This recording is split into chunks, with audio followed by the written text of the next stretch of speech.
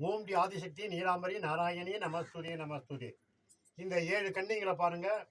பிரம்மி, வைணவி, மகேஸ்வரி, கௌமாரி, இந்திராணி, பராகி, சாமுண்டி. இந்த 7 பேர் கன்னிகளும் ஆகாய மார்க்கலமாக உருவாகி இந்த சண்டா என்னும் சூரனையும் முண்டா என்னும் சூரனையும் அழிக்கவே அவதரித்திருக்காங்க. இந்த 2 சூரனுங்களையும் அழிக்கவே இந்த பூமி சரத்திலே வந்து இந்த அவதாரம் பண்ணியிருக்காங்க. இதை தான் நம்ம சொல்லியிருக்கோம்.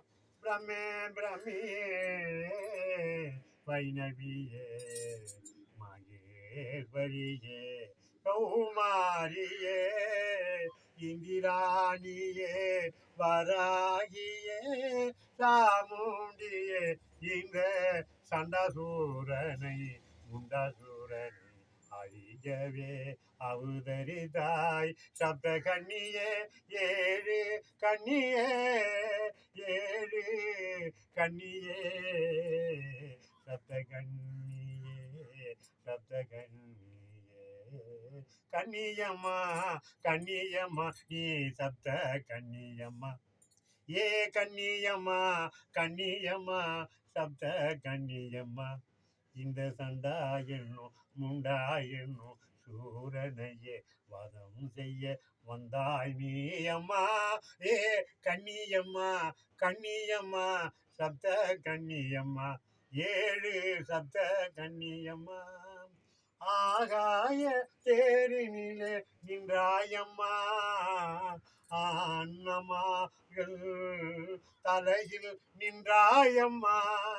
ஆகாய தேரினிலே நின்றாயம்மா அன்னமாரன் தலையினிலே அமர்ந்தாயம்மா.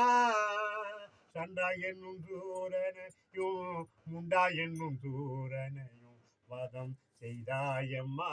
அவன் மடிந்து போனானம்மா அவன் மடிந்து போனானம்மா அவன் மடிந்து போனானம்மா.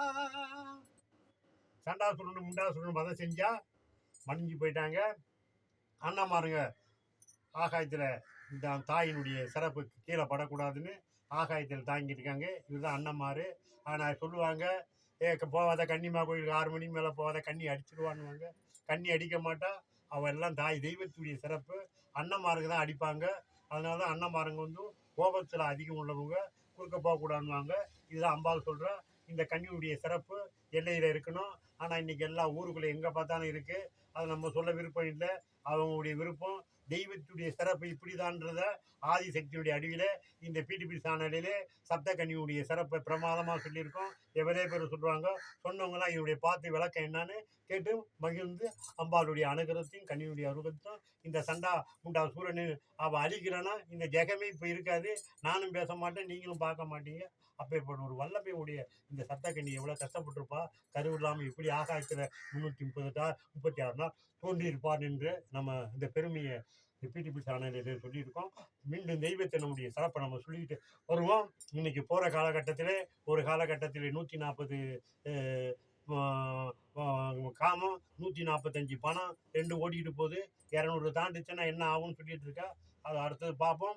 ஓம் டி ஆதிசக்தி நீலாம்பரி நாராயணி நமஸ்துதே நமஸ்துதே.